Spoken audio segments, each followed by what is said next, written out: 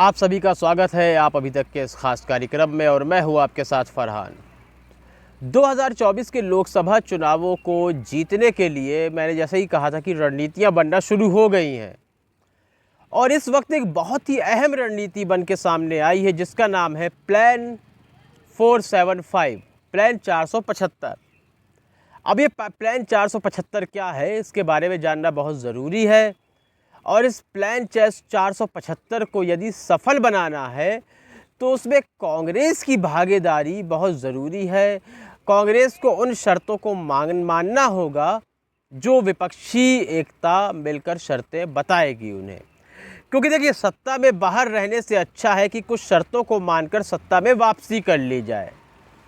तो ये जो प्लान 475 है इसका खाका 12 जून को तैयार होगा पटना में, बिहार की राजधानी पटना में, जहां कांग्रेस के राष्ट्रीय अध्यक्ष मल्लिकार्जुन खड़गे को भी बुलाया गया है और तमाम विपक्षी दल के नेता वहां बैठकर एक खाका तैयार करेंगे।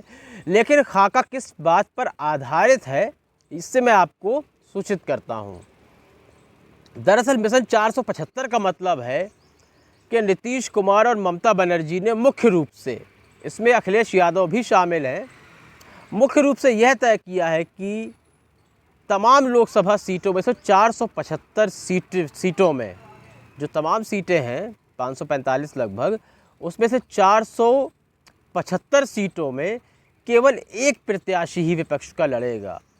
यानी कि चाहे कांग्रेस हो, टीएमसी हो, जेडीयू हो, आरजेडी हो, समाजवादी पार्टी हो, तमाम पार्टियों के गठबंधन से निकलकर एक ही प्रत्याशी सामने आएगा। यदि वहाँ कोई अदर प्रत्याशी हो सकते हैं तो वह सिर्फ निर्दलीय ही हो सकते हैं, वरना किसी और विपक्षी दल का प्रत्याशी वहाँ नहीं होना चाहिए। यह तैयार किया है खाका। कहा है कि इससे भारतीय जनता पार्टी को एक टक्कर मिलेगी और सबसे बड़ी बात यह है कि जिस तरह से वोट बट जाता है वह वोट एक ही जगह पर आ जाएगा और जीत दर्ज कर सकते हैं करीब 475 सीटों में। यह खाका तैयार किया गया है। अब इसमें कांग्रेस को किस प्रकार की शर्तें माननी है यह जानना बहुत ज़रूरी है और क्या कांग्रेस इनको मानेगी इन शर्तों को। लेकिन जो शर्तें मैं बताने जा रहा हूँ, कांग्रेस पहले भी इन शर्तों पर बिल्कुल तैयार नहीं होती थी। विपक्ष का कहना है कि हम कम से कम 200 सीटें कांग्रेस को देंगे।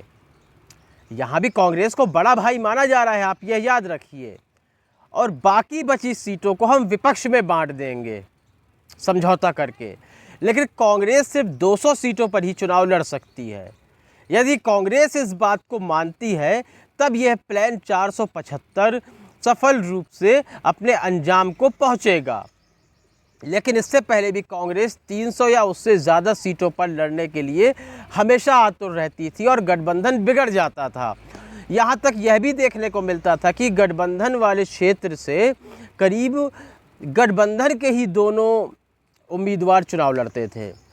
तो यहाँ पर कांग्रेस को इस प्लान 475 का यदि हिस्सा बनना है, और जो कि बनना भी चाहिए क्योंकि आप सत्ता से बेदखल हैं, वापस लौटने की कोई उम्मीदें नहीं दिखाई दे रही हैं, और कर्नाटक हिमाचल के यदि खुमार में वह 475 का हिस्सा नहीं बनती है तो समझ लीजिए कि तीसरी बार भी भारतीय जनता पार्टी को सत्ता काबिज करने से कोई नहीं रोक सकता। इसलिए बहुत ही महत्वपूर्ण है कि कांग्रेस इस वक्त अभी मौजूदा समय में करीब 200 सीटों में तो कम से कम सीमित हो जाए, जो कि उसके लिए बहुत हैं। वह ज़्यादा सीटें नहीं जीत पा रही है। महाराष्ट्र में एक सांसद था और पश्चिम बंगाल में एक विधायक था। उत्तर प्रदेश में आप कंडीशन देखिए कांग्रेस की। तो जिस हिसाब से कांग्रेस की कंडीशन चल रही है तो भले ही उन्हें बड़ा भाई मान रहे हैं कांग्रेस को आज भी विपक्षी दल, लेकिन कांग्रेस को उसके बावजूद उन्हें महत्व देना चाहिए और प्लान 475 का हिस्सा बनते हुए 2024 के लोकसभा चुनावों को मजबूती के साथ लड़ना चाहिए। तो आपको क्या लगता है कि प्लान 475 कामयाब होगा, सफल होगा या नहीं होगा?